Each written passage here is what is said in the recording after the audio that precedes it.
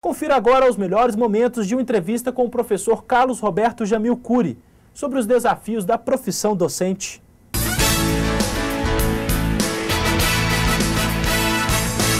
E nosso convidado é Carlos Roberto Jamil Cury, doutor em Educação e professor da PUC Minas. Olá, professor, tudo bem?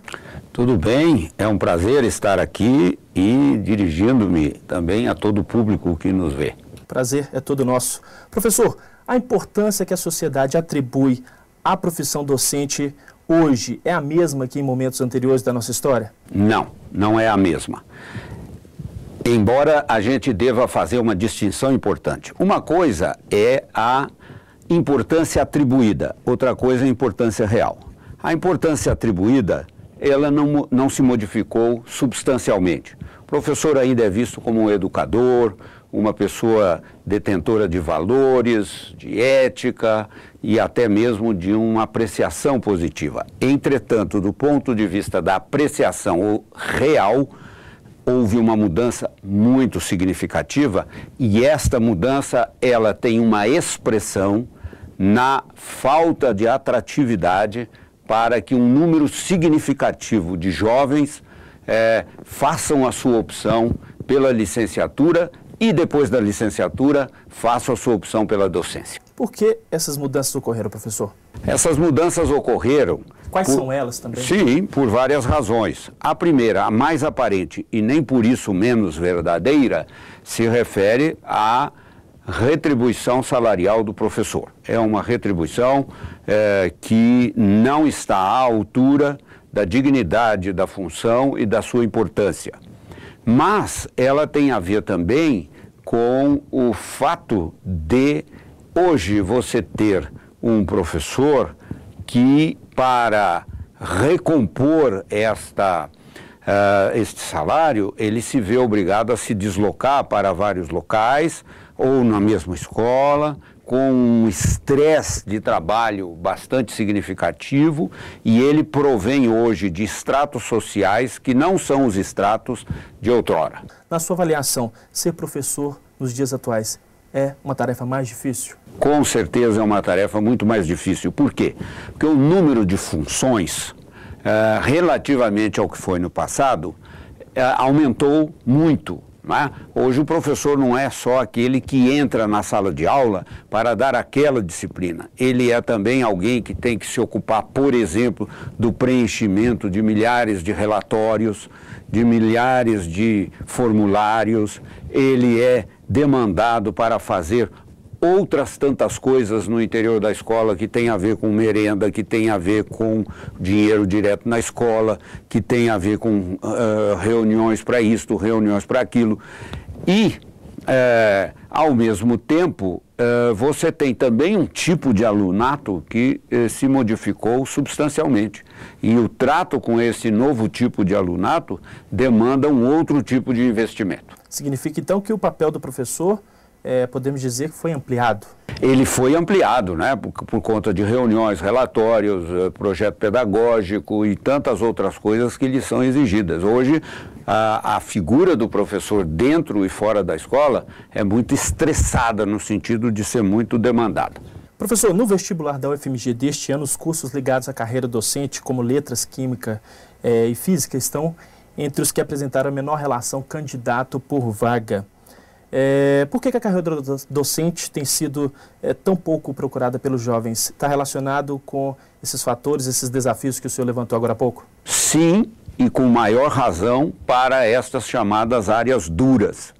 Porque a pessoa pode até fazer o vestibular, pode até entrar na licenciatura, pode até obter o diploma de licenciado, mas ele não vai exercer a docência. E isto, as estatísticas do MEC a esse respeito, do INEP, são muito significativas. Hoje nós temos um número de licenciados muito superior ao número de vagas faltantes nos sistemas públicos de ensino. Entretanto, o número de docentes é muito inferior àquilo que seria necessário para preencher as vagas, por exemplo, de física, química, matemática e biologia. Ou seja, os estudantes estão se licenciando, mas não estão entrando na não carreira estão docente. no exercício da docência. Procuram outros nichos de mercado, outras profissões. Professor, no primeiro bloco o senhor falou que os docentes atualmente têm que lidar com um novo tipo de aluno. Eu gostaria que o senhor falasse um pouco que aluno seria esse, quais seriam as características dele e quais características o professor também teria que ter para lidar com essa nova realidade.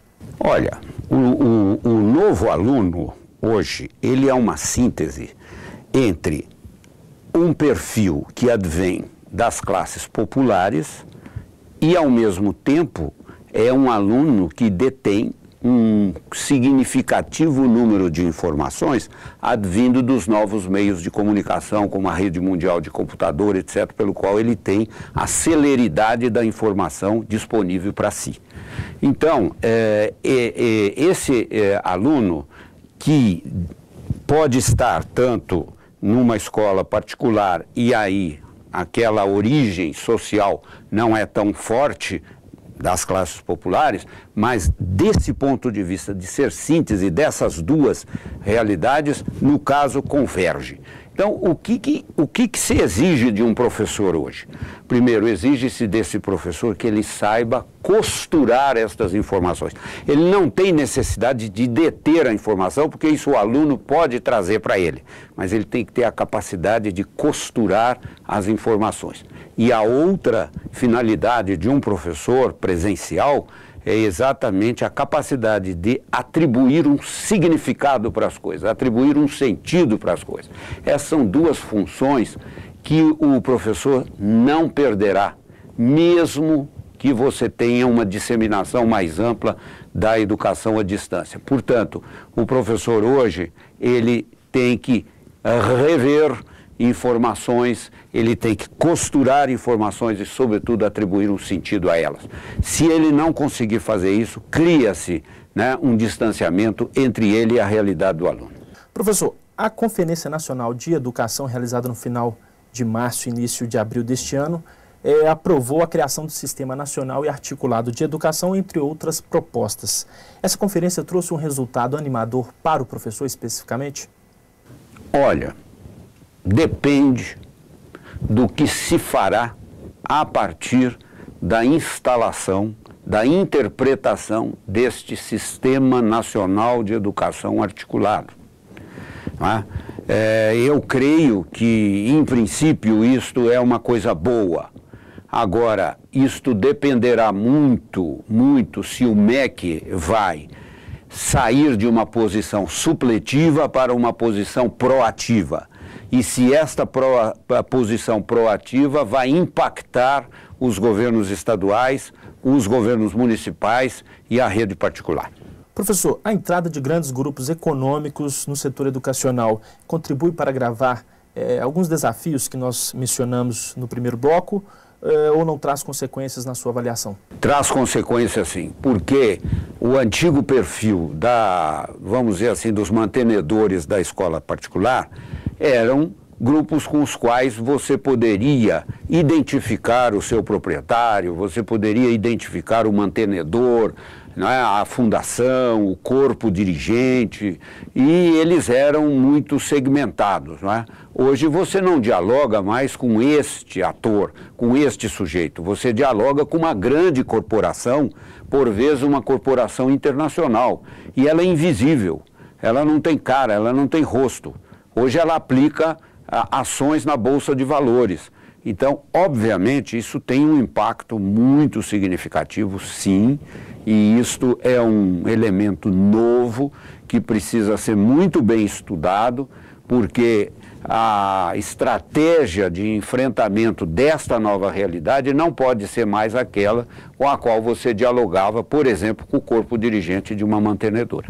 Certo. Professor, para a gente terminar essa nossa entrevista, pelo que o senhor tem acompanhado dos debates sobre os rumos da educação em nosso país, quais são as perspectivas, tanto para os professores quanto para a sociedade de um modo geral? Bom, eu creio que as perspectivas dependerão, agora, falando francamente, dos eleitos. Quem vai ser eleito e o que vai se fazer a partir do novo Plano Nacional de Educação, que decorre desse Sistema Nacional de Educação Articulado. E se as metas desses novos planos estaduais, municipais, articulados com o Plano Nacional de Educação, se eles terão efetivação. Isto dependerá muito dos professores tomarem ciência e consciência das metas, fazer uma estratégia de cobrança, de efetivação. Se o Plano Nacional não tiver, de um lado, os recursos suficientes para dar conta das metas e, de outro lado, os professores não tomarem conta, né, cobrarem a efetividade desse plano, este plano será, como os outros, um belo atestado de boas intenções e de poucas execuções. Isto dependerá muito se os nossos futuros parlamentares estabelecerem uma lei de responsabilidade educacional que, independentemente do partido que venha a tomar o poder, ele seja cobrado eficientemente pelo corpo docente e pelas famílias que enviam seus filhos à escola. Professor Carlos Roberto Jamil Cury, eu agradeço a participação e a gentileza da entrevista aqui para o programa Extra Classe. Nada mais interessante do que nós voltarmos para a nossa categoria e vermos perspectivas melhores, promessas que se efetivem para que o corpo docente volte a ser prestigiado ao nível da atribuição que se dá e supere estas limitações de um prestígio que vem realmente decaindo. A gente fica por aqui, mas para saber mais sobre o Sindicato dos Professores é só visitar o nosso site. Envie sugestões e críticas para o endereço extraclasse@simprominas.org.br. Um grande abraço e até a próxima semana.